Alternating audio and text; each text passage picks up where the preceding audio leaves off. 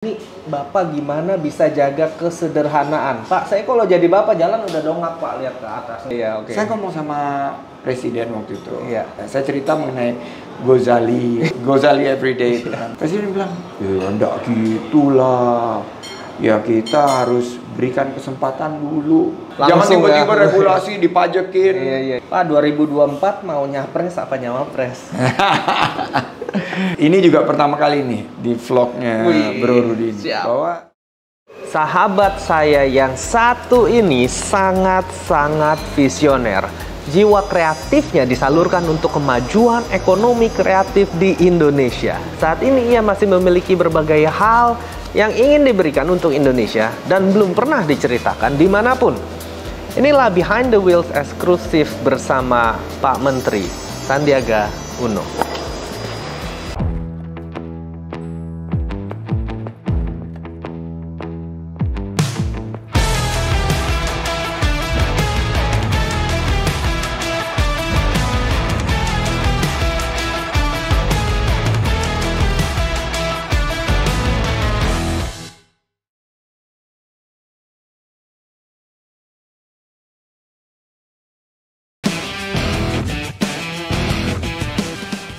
Di tengah kesibukan sehari-hari, saya nggak pernah lupa untuk selalu ngopi biar kembali bersemangat. Apalagi kalau saya ingin memulai aktivitas.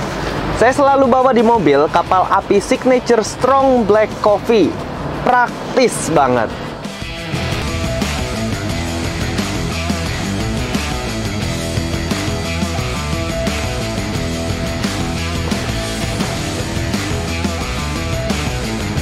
Mantapnya kopi kapal api dan manis alami gula aren bikin saya semakin semangat lagi buat ngejalanin hari di mana saja. Yuk nikmati semangatmu di mana aja dan kapan aja dengan kapal api Signature Strong Black Coffee.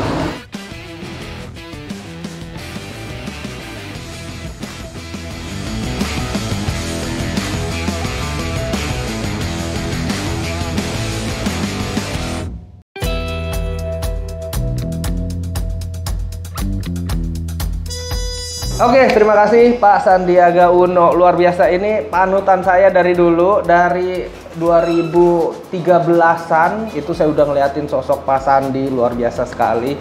Hari ini dikasih kesempatan untuk ngobrol. Terima kasih sekali Pak. Program ini disupport oleh kapal api Signature Strong Black Coffee. Nikmati semangatmu. Wih, ada jadi place haus nih. Jadi haus nih. Boleh diminum dong? Boleh dong Pak. Boleh. Wih, keren nih. Ini model apa, merek Indonesia yang kita mesti dukung. Mantap. Karena bangga buatan Indonesia ya. Yoi Pak. Oke. Wow. Strong Black Coffee. Strong. Oke, Pak Sandi. Pak Sandi kan nih sebenarnya menteri paling, menurut saya menteri paling semangatnya paling tinggi nih Pak. Bapak sebenarnya suka otomotif juga nggak sih Pak? Suka sih. Jadi saya otomotif itu mulai dari masih kecil mengkoleksi mainan mobil-mobilan. Ya. Dulu kan mobil-mobilan tuh, terus ada Tamiya, saya bikin mobil-mobil pokoknya dari model-model sampai remaja. Terus kakak saya yang suka duluan mobil, jadi beli mobil bapak, mobil orang tua sih di remodel, dipakein velg racing gitu. Terus saya nggak pernah lupa tuh mobil pertama kita yang Honda Civic tuh. Jadi dulu sebelumnya Holden Itu Torana. Tahun berapa itu Pak? Terus Honda Civic tuh tahun 80-an lah, Awal awal 80-an. Berarti Bapak masih kuliah atau? Enggak, 80-an tuh saya masih SMP. Oh, SMP. Terus mulai belajar nyetir itu SMA.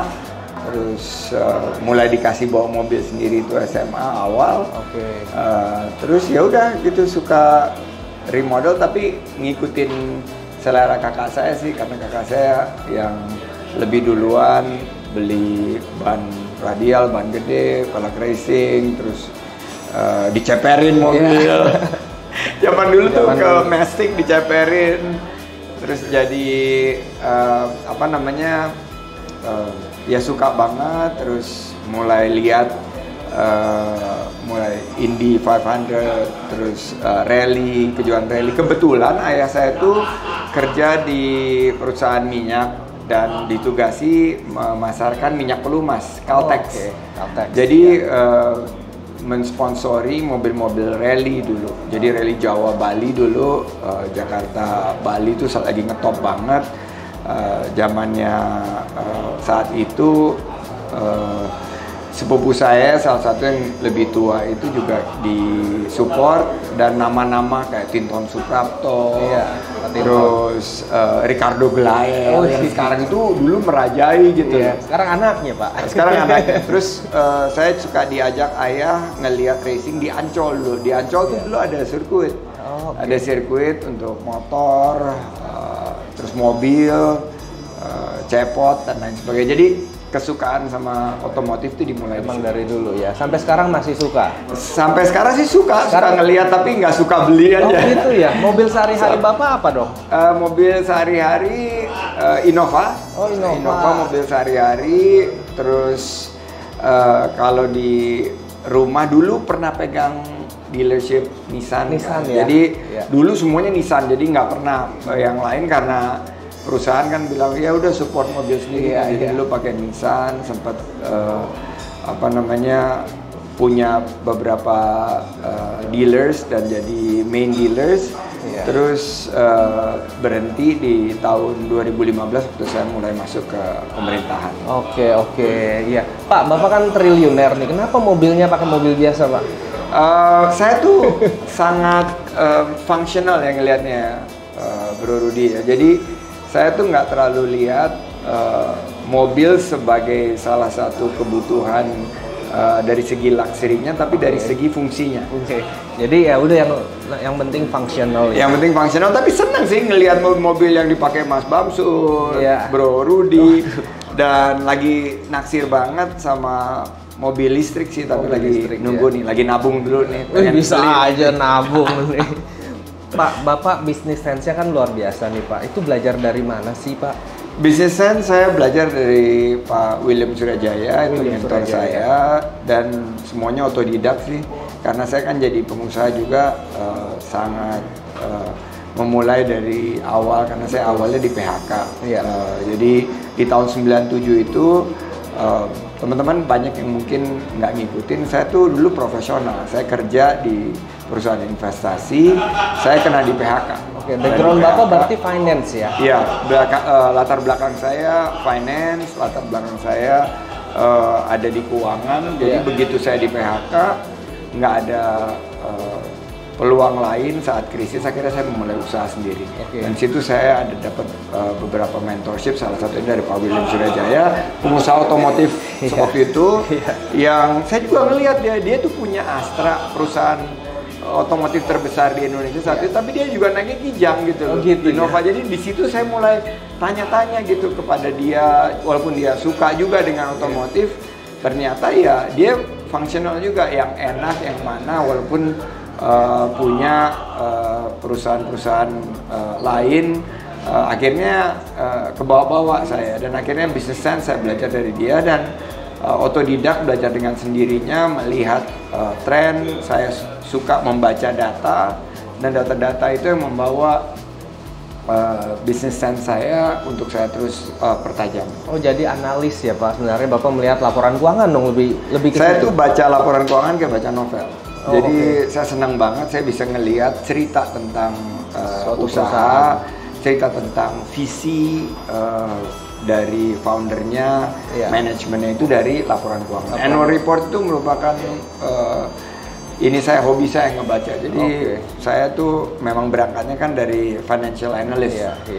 Jadi itu yang kebetulan di bidang saya yang saya terus tekuni. Memang backbone dari usaha itu ya dari financial projection ya, dan Bapak ngelihatnya di situ ya, itulah yang buat Bapak bisa berkembang begitu ya. Saya seorang fundamentalist, di mana saya ngelihat itu pertama dari ekosistemnya, dari pasarnya dikerucutkan ke industrinya, dari industrinya dikerucutkan ke perusahaannya, dari perusahaannya dikerucutkan ke manajemennya, dan dari visi, baik visi kan ini terpisah ya, manajemen sama ownernya itu harus nyambung. Kalau mereka memang punya visi dan kemampuan untuk mengelola peluang, untuk membangkitkan ekonomi, menciptakan lapangan kerja, itu perusahaan yang layak diinvestasi. Yang menurut Bapak bagus dan layak diinvestasi. Kalau gitu Bapak percaya nggak dengan perusahaan-perusahaan sekarang yang nilai valuasinya sekian kali nilai buku, yang mungkin secara fundamental belum menorehkan keuntungan begitu Pak? Belum nyampe tuh ilmu saya ke situ. Belum nyampe. Belum nyampe, tapi saya melihat belajar dari beberapa usaha seperti Tesla, seperti Amazon. Jadi ada perusahaan-perusahaan yang memang belum untungnya besar kalau dibandingkan dengan GM. Yang secara fundamental udah kuat. Fundamental, tapi mereka tuh ada di sektor yang tepat dengan visi yang kuat dan juga kemampuan dari manajemen secara cepat untuk merealisasikan bisnis model yang menurut saya akan bermanfaat untuk masyarakat. Nah, perusahaan-perusahaan itu tinggal menunggu kapan mereka akan menjadi perusahaan yang profitable. Tapi mereka akan mengambil keputusan yang tepat itu tentunya di saat-saat yang juga tepat. Nah, untuk perusahaan-perusahaan seperti itu tentunya valuasinya sangat besar. Jadi misalnya seperti Gojek dan Tokopedia bergabung menjadi satu usaha yang sangat besar. Mungkin dari segi keuntungan mereka belum terlihat, tapi dari segi potensi dan kapan aja mereka mau untung, mereka bisa. Tapi kan ketika volume yang besar itu mau dirubah tractionnya menjadi untung, mungkin volumenya jadi hilang Pak. Iya, volumenya itu pasti akan hilang. Tapi kalau ekosistemnya sudah terbentuk seperti Amazon, nggak akan udah terlalu kuat untuk goyang. Udah kuat, gitu ya? udah di dalam bisnis modelnya udah ada dalam keseharian kita, nggak hilang tuh. Mereka begitu naikin harga, mereka waktu itu mulai men-charge beberapa layanan mereka yang tadinya gratis. Akhirnya semua orang nggak akan pindah, tetap di Amazon, tetap di Meta, tetap di Google. Mau nggak mau karena ekosistem dan sudah terlalu masif begitu. Misalnya dulu Google Mail, dulu kita nggak mau bayar, tapi sekarang kita di-charge per bulan, mau nggak mau udah jadi ikut karena udah dalam ekosistemnya Google gitu. Iya, karena udah tersinergi dengan semua perangkat Google yang lainnya. Nah, bagaimana dengan suatu bisnis yang belum ada ekosistem, dia mengandalkan burning, dalam tanda kutip burning terus ada bisnis lain yang tentunya nggak bisa hidup lah karena nggak sanggup melakukan burning tersebut. Nah, bisnis ini mulai nggak burning nih, ngecas kepada konsumennya, tentunya otomatis konsumennya mau nggak mau masih bayar karena nggak ada bisnis pilihan. Bisnis yang lain akhirnya muncul, jadi ada saingan kan. Nah, itu kan mengakibatkan market share-nya yang tadi di bisnis ini bisa berpindah begitu ketika mereka mengecas tanpa ekosistem. Itu bagaimana tuh Pak? Ini menarik ya, karena belum tentu switching itu semudah itu. Karena customer behavior dan juga buying behavior atau perilaku membeli, perilaku berkonsumsi itu tidak semuanya ditentukan oleh harga, tapi ditentukan oleh kepuasan. Dan saya melihat memang harga itu salah satu indikator, parameter.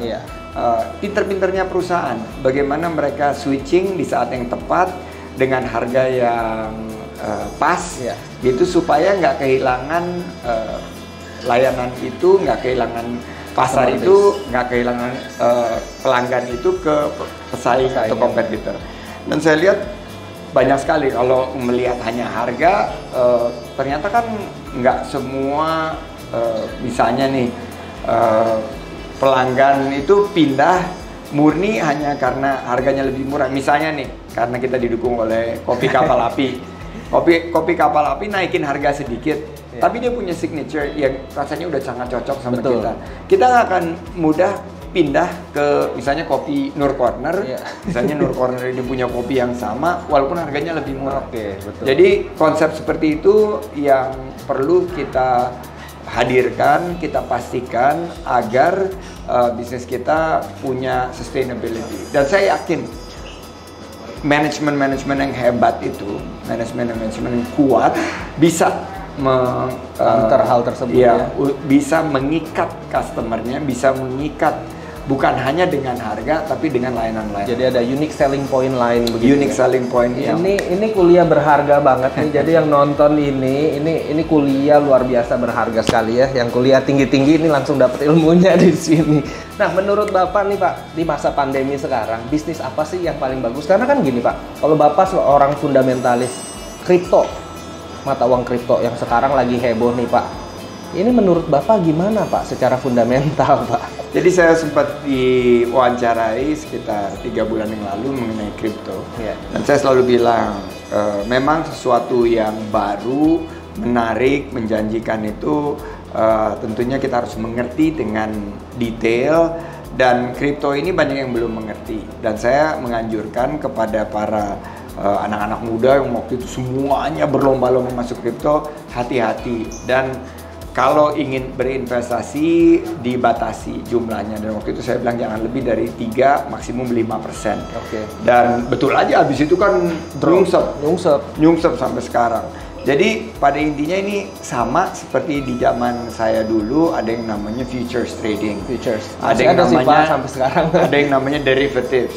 Kita nggak terlalu mengerti, tapi menjanjikan keuntungan yang luar biasa. Tapi ternyata setelah berjalan beberapa waktu akan ada moderasinya dan ya tentunya masih berguna sekarang. Futures trading masih berguna, option trading masih berguna juga, derivatives juga masih ada, tapi untuk misalnya menjaga risiko, bisa untuk memprediksi harga-harga di kemudian hari dan lain sebagainya. Kripto juga sama. Menurut saya 3 bisnis utama kita, dan saya selalu bilang ini di saat-saat pandemi menjadi peluang untuk anak-anak muda. Pertama adalah bisnis yang berkaitan dengan keberlanjutan lingkungan, sustainability. Kenapa Prestige Motor menjadi menarik buat saya, atau Prestige Group yang ada di bawah Bro Rudy? Karena Bro punya produk-produk yang memiliki aspek sustainability, keberlanjutan lingkungan. Salah satunya EV. Electric vehicle menurut saya adalah keniscayaan. Orang dalam waktu yang singkat, di dalam 3-5 tahun ke depan akan switching luar biasa. Saya udah pakai motor listrik, kalau di tempat-tempat wisata saya udah pakai mobil listrik, dan di Jakarta Sulaiman anak saya udah pakai mobil listrik. Tahun ini mudah-mudahan ada Innova yang juga listrik. Nah itu dari segi sustainability line of business. Yang kedua menurut saya, pilar terbesar bisnis yang akan sangat menarik ke depan adalah digitalisasi. Tapi digitalisasi itu bukan hanya digitalisasi yang kayak sekarang, tapi digitalisasi yang menurut saya lebih maju lagi. Jadi misalnya kalau ngomong digitalisasi apa? Kan semua udah ngomong e-commerce, social media dan sebagainya. Tapi kalau dipilah-pilah digitalisasi itu, misalnya di kehidupan kita ada di bidang cyber security. Belum banyak perusahaan Indonesia yang mendalami tentang cyber security. Masih pakai vendor luar. Pakai vendor luar. Itu peluang yang luar biasa. Bagaimana dengan payment? Udah banyak payment. Ternyata enggak juga, karena kita masih mayoritas didominasi oleh payment system yang itu-itu aja, dan payment system yang lama dan sama. Ketiga menurut saya adalah fintech. Sekarang udah mulai banyak fintech, tapi fintech ini akan melakukan transformasi luar biasa mengenai landscape dari arsitektur pembiayaan kita. Nah yang ketiga menurut saya mengenai kesehatan.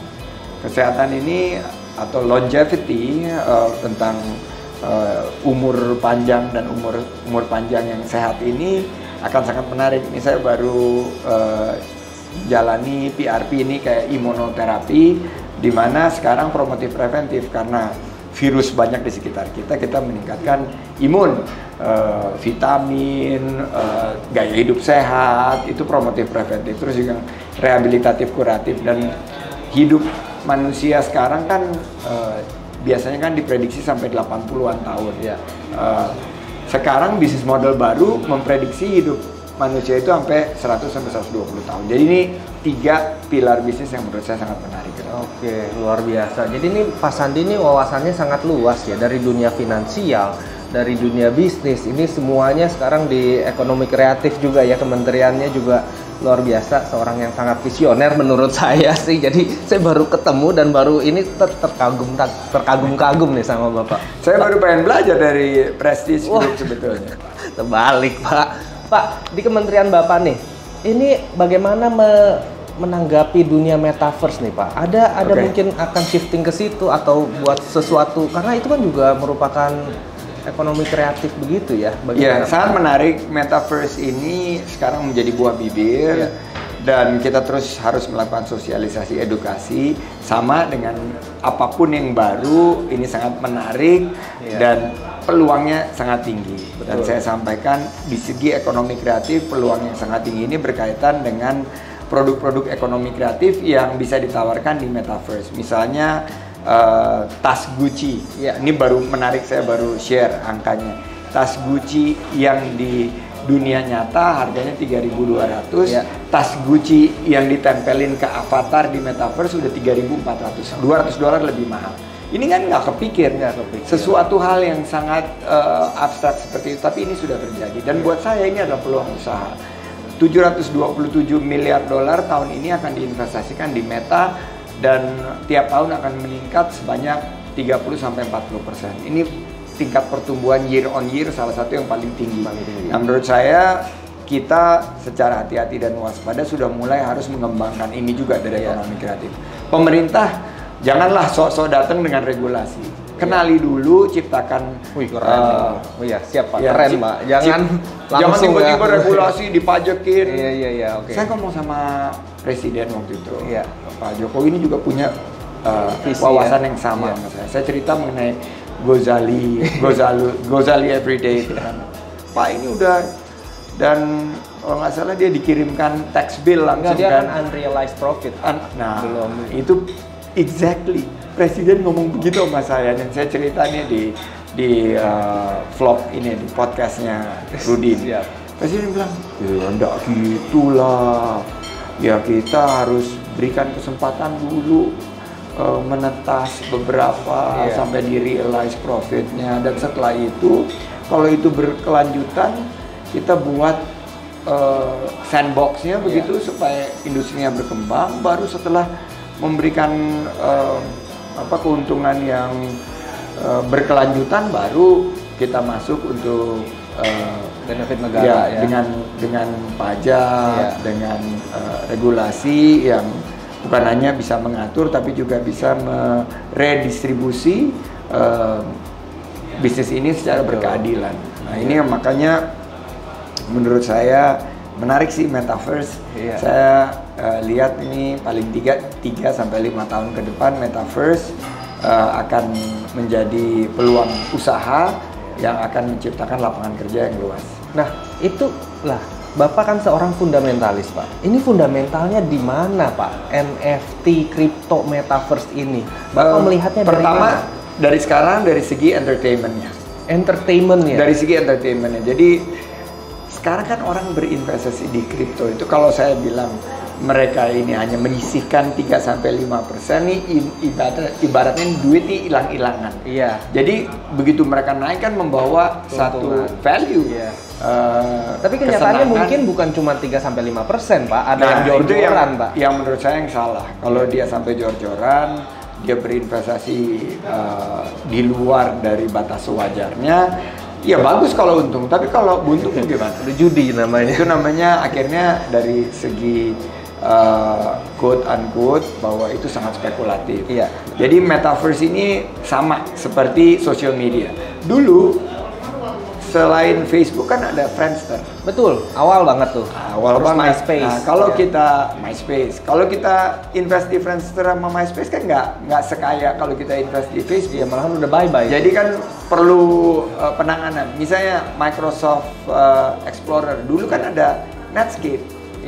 Kalau kita investnya di Netscape di awal mungkin udah bisa terintegrasi ke yang lain, kita nggak akan. Jadi ini masih berevolusi, bertransformasi, biarkan saja ini bergerak, kita lihat secara hati-hati dan kita ambil dari segi peluang untuk kebangkitan ekonomi kita, dan penciptaan lapangan kerja. Ya, tapi dari Kementerian Bapak sendiri menyikapi dunia metaverse ini, ekonomi kreatif ini yang benar-benar kreatif banget deh. Ini Bapak akan ambil andil nggak dari Kementerian? Kita harus ambil andil dengan bermitra dengan para player, dengan player kita lihat dulu, kita berikan, kita fasilitasi, kita berikan ruang, peluang untuk mereka berkembang. Kita jaga jangan sampai ada yang istilahnya terzalimi karena ada yang untung terlalu besar dan akhirnya menekan kepada pelanggan-pelanggan yang lain, ada penipuan dan lain sebagainya. Kita pokoknya harus ciptakan seperti sandbox. Kita buat lahan permainannya seperti apa, kerjasama dengan kementerian lembaga lainnya, baik Kementerian Perdagangan, OJK dan lain sebagainya. Dan kita lihat dari segi bagaimana pemerintah bisa memfasilitasi sehingga ini akan berdampak baik kepada ekonomi Indonesia, kepada kesejahteraan rakyat kita, dan membuka lapangan kerja. Iya, karena benar-benar nggak membutuhkan toko atau apa, dan contoh NFT, artis-artis Bali yang jago-jago, kalau mungkin diajarin bikin NFT dan kementerian mengayomi itu, maksudnya ada logo approved by the ministry atau something, itu kan mungkin bisa memboost mereka punya pemasaran seperti itu. Ya, kan benar-benar mempromosikannya, walaupun untuk mencap approve kita juga nggak memiliki kemampuan ya, karena kita masih juga dalam taraf belajar semua. Jadi mungkin kerjasama, konsepnya adalah partnership, bahwa kita sama-sama kita lihat, kita sampaikan ini resikonya, ini peluangnya. Silahkan kita kembangkan bersama-sama demi kebaikan bangsa dan negara. Iya, betul. Oke. Pak, kemarin kan habis dari Mandalika nih, Pak. Bapak habis tes ya, Pak? Gasken. Naik motor. Gaspol. Naik motor listrik atau motor apa, Pak? Kemarin itu yang motor itu Ducati. Oh, Ducati.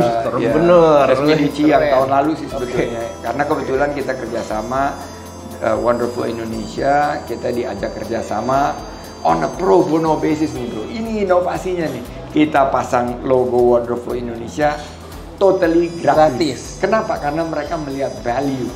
Bahwa tim Gresini itu melihat value dari Wonderful Indonesia.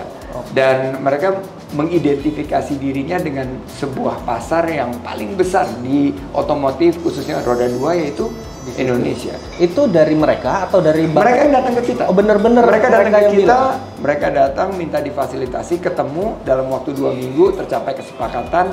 Kita untuk tahun ini Wonderful Indonesia ditaruh di wingletnya dan mereka menjadi duta atau brand ambassador Wonderful Indonesia di series MotoGP di seluruh dunia. Luar biasa, keren. Ini rencananya Mandalika ini akan jadi apa? Sport center, automotive center. Mandalika ini akan menjadi ikon sports tourism berbasis otomotif. Oh, kalau berbasis otomotif, tadi saya sempat ada ngobrol juga. Bagaimana kalau daerah itu dibikin tax free untuk mobil seperti di Batam misalnya? Menarik. Kan ini yang lagi kita kaji karena kebetulan bisa, karena mereka adalah KEK. Mereka adalah kawasan ekonomi khusus. Jadi silakan diajukan, pemerintah akan memfasilitasi.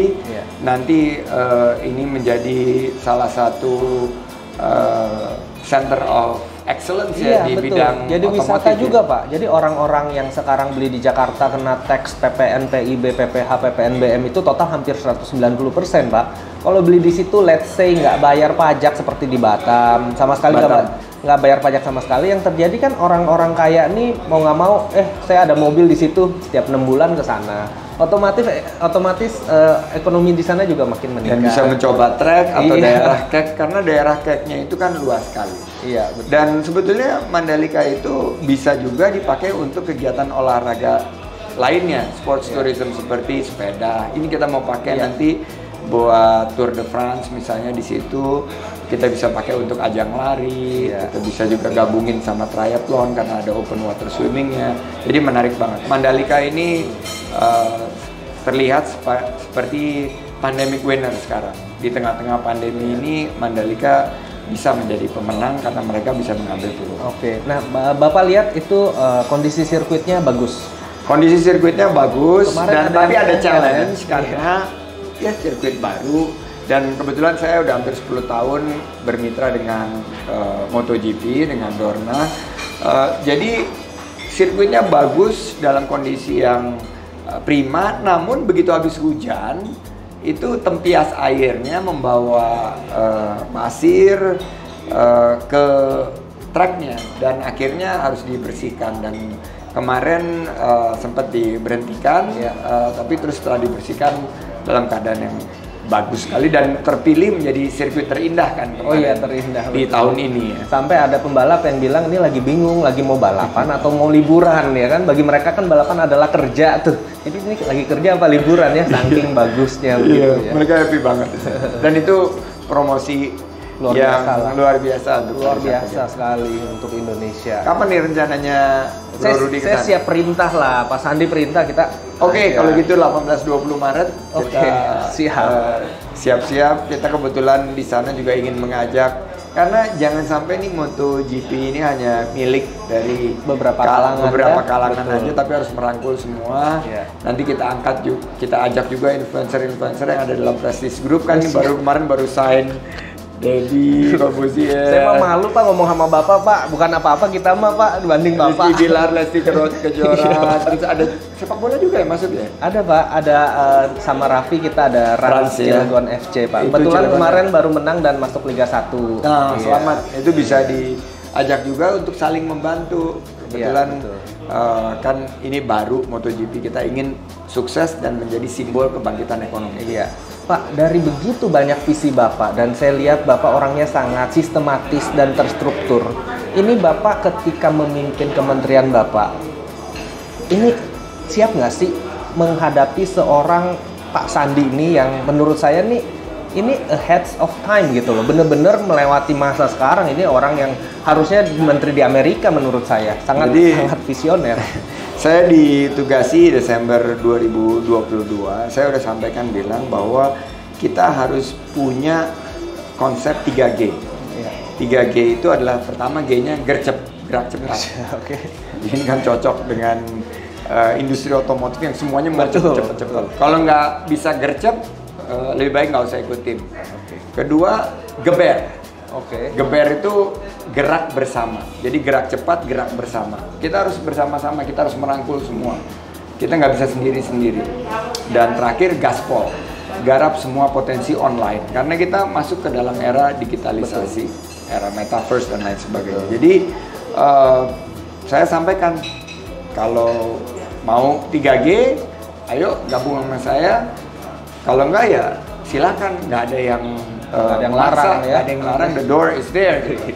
Nah, tapi menariknya dari teman-teman birokrat ini semuanya melakukan adjustment, adaptasi, inovasi dan kolaborasi. Sekarang setelah setahun lebih mereka bisa menyelenggarakan ini, dan ada beberapa komentar-komentar dari teman-teman dari stakeholders yang bilang, kita deal sama Kemenparekraf nggak kayak deal sama pemerintah nih, kayak deal sama startup gitu, cepet banget decision makingnya, cepet gitu. Ya saya bilang ini yang culture yang ingin saya buat. Kita punya 24-hour rule bahwa kalau ada WhatsApp, ada komunikasi itu semua harus dibales within 24 hours. Dan kita harus punya juga konsep-konsep bahwa semuanya harus dibuat ringkes, simple. Jadi laporan-laporan itu nggak boleh tebal-tebal segini lagi. Pokoknya laporan itu satu lembar. Semuanya harus di-summary, harus dimengerti, dan harus tidak bertele-tele, tidak panjang. Kita harus mampu untuk menghadirkan solusi secara tadi, gercep, geber, dan gaspol. Keren banget. Terus kena Omicron begini lagi rame-ramenya Pak, dari Kementerian Bapak juga ada penanggulangannya, ada Iya, kita melihat bahwa kunci penanganan pandemi ini adalah, by the way, kita sudah masuk sebagai negara dengan pengakuan internasional, best practice dalam penanganan pandemi. Kita vaksinasi kita tingkatkan, terutama yang booster di lingkungan Parekraf, karena datanya menunjukkan bahwa begitu kita di booster kita memiliki tingkat resiliensi yang lebih tinggi. Kedua adalah testing dan tracing, terintegrasi dengan Peduli Lindungi, dan buat kita walaupun Omicron, the show must go on. Bahwa kita harus betul-betul menjalankan dengan beberapa pariwisata kan sangat terdampak sekali sama PPKM level 1, 2, 3 atau semi lockdown dan sebagainya Pak. Sedangkan beberapa negara sudah melift hal tersebut, udah kayak di Dubai lah, Turki lah, maksudnya orang udah bebas, Amerika apalagi, habis itu Denmark kalau nggak salah yang terakhir, mereka lebih fokus ke fundamental, yaitu rumah sakitnya Pak. Jadi selama rumah sakitnya masih bisa handle, ya udah, karena kita tidak bisa 10 tahun lagi tetap lockdown dan semi lockdown terus, pariwisatanya hancur, ekonominya hancur. Apakah menurut Bapak ini juga hal yang cocok di Indonesia atau bagaimana? Iya, kemarin ini ada satu pelajaran yang sangat berharga di tengah-tengah Delta, Juli, Agustus tahun lalu, bahwa kita harus tingkatkan kesiapan fasilitas kesehatan kita, oksigen, tempat tidur rumah sakit dan lain sebagainya. Dan itu sudah kita lakukan, dan per hari ini ketersediaan tempat tidur, ketersediaan oksigen itu sangat mencukupi. Oleh karena itu kita sekarang lagi mengeksersis mengurangi masa karantina. Dan juga sekarang kita lagi mulai mengeksplor bagaimana caranya kita bisa sistem bubble yang sekarang kita lagi kembangkan di Batam Bintan dan di Bali ini diperluas secara bertahap, bertingkat, dan berkelanjutan. Tapi saya selalu bilang bahwa kita nggak usah terlalu ikut-ikutan sama negara lain, Bro Rudy. Tapi kita gunakan data yang sudah, alhamdulillah tahun lalu kita tumbuh 3,7%. Tahun ini kita akan tingkatkan dengan adanya G20, MotoGP, begitu banyak event-event internasional. Saya cukup yakin target kita untuk mencapai zona 5-5,5% pertumbuhan ekonomi bisa tercapai. Iya, keren sekali. Tapi yang terpenting ya, bukan hanya pertumbuhan ekonominya, tapi kebangkitan ekonomi kita dan terbukanya lapangan kerja. Keren, iya. Jadi nggak usah FOMO ya, nggak usah takut negara lain udah buka, kita fear of missing out itu. Menurut saya kita akhirnya ikut-ikutan dan akhirnya kita menari di gendang orang lain. Iya, betul. We need to dance to our tune. Gila. Dan Menteri kita paling udah keren orang nih. udah ngelihat ini negara besar, hampir 280 juta, tapi bisa menangani pandemi seperti ini. Berarti kan ada secret sauce mereka, formula mereka. Dan menurut saya kekuatan kita adalah kebersamaan kita, gotong royong kita, kekompakan kita. Ini yang luar biasa menurut saya. Keren. Pak, Bapak kan pengusaha sukses Pak. Sempat masuk Forbes juga. Sempat. Habis itu terlempar. Iya. Mungkin yang lain lebih gencar. Pengalaman buat teman-teman di sini. Kalau mau terus ada di Forbes, jangan pernah masuk ke politik. Oke, nah perusahaan juga banyak, sukses semua, bagus. Ini Bapak gimana bisa jaga kesederhanaan? Pak, saya kalau jadi Bapak jalan udah dongak Pak, lihat ke atas. Nggak mau lihat ke bawah Pak, duitnya kalau banyak gitu Pak. Bapak kok bisa sederhana dan simple dan begini, gimana Pak? Ini pesan hidup nih Pak, bagaimana tuh Pak bisa begitu? Saya memulai dari bawah banget. Dan akhirnya saya belajar bahwa hidup itu adalah roda yang berputar. Sekali kita di atas, kita harus melihat ke bawah, banyak yang harus dibantu.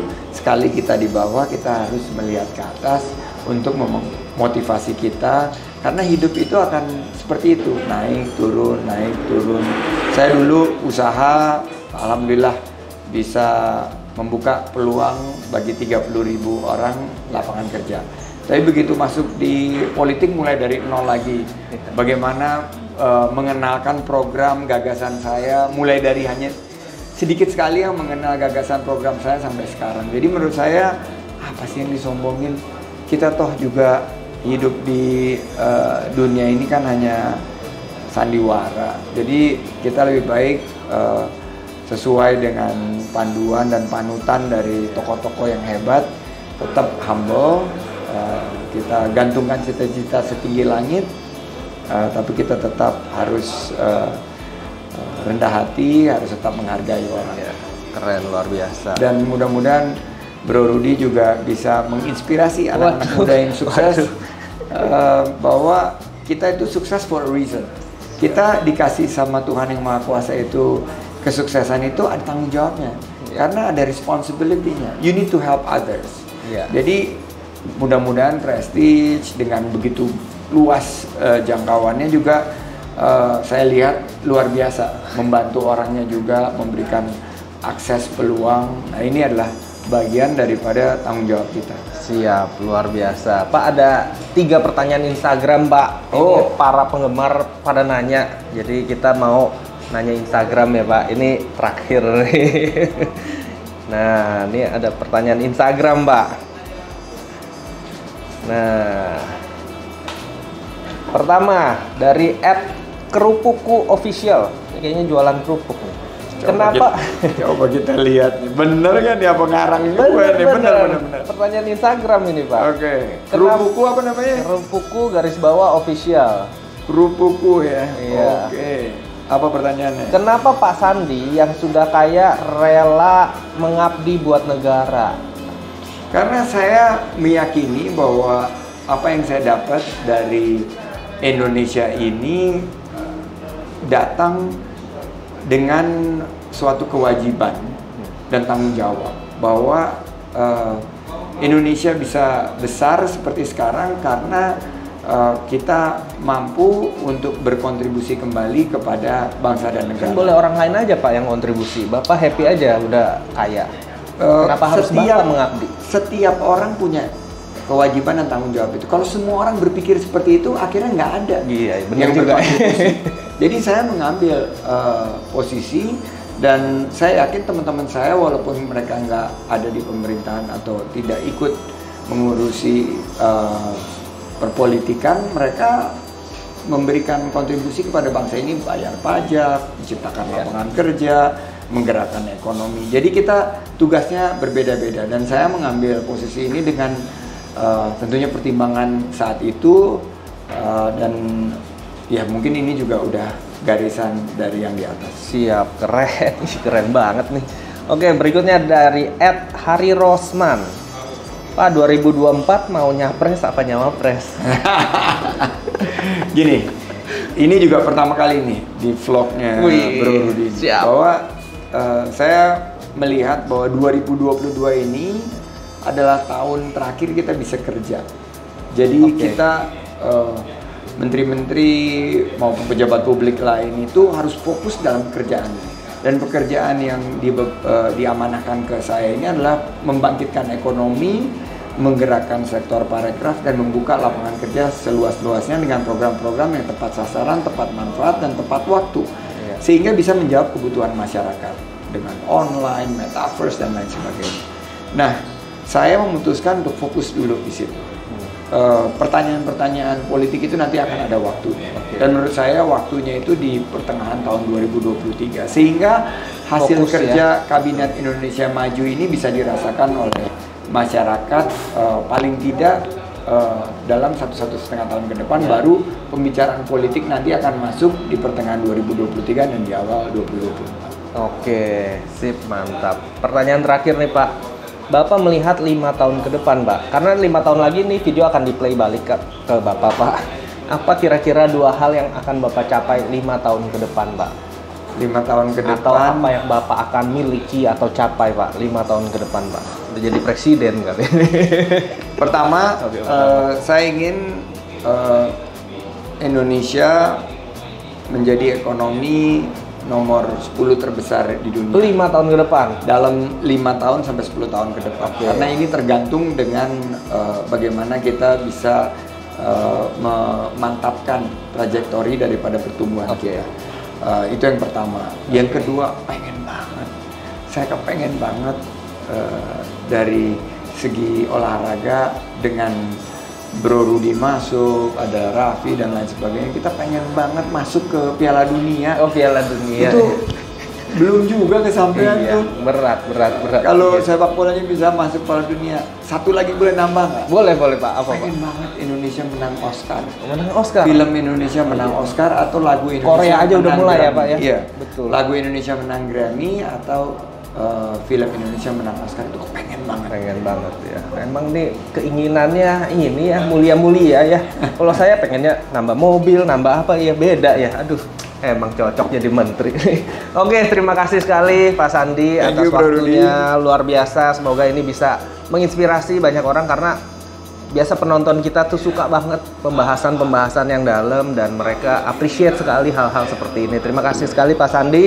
Program ini disupport oleh Kapal Api Signature Strong Black Coffee. Nikmati semangatmu, luar biasa.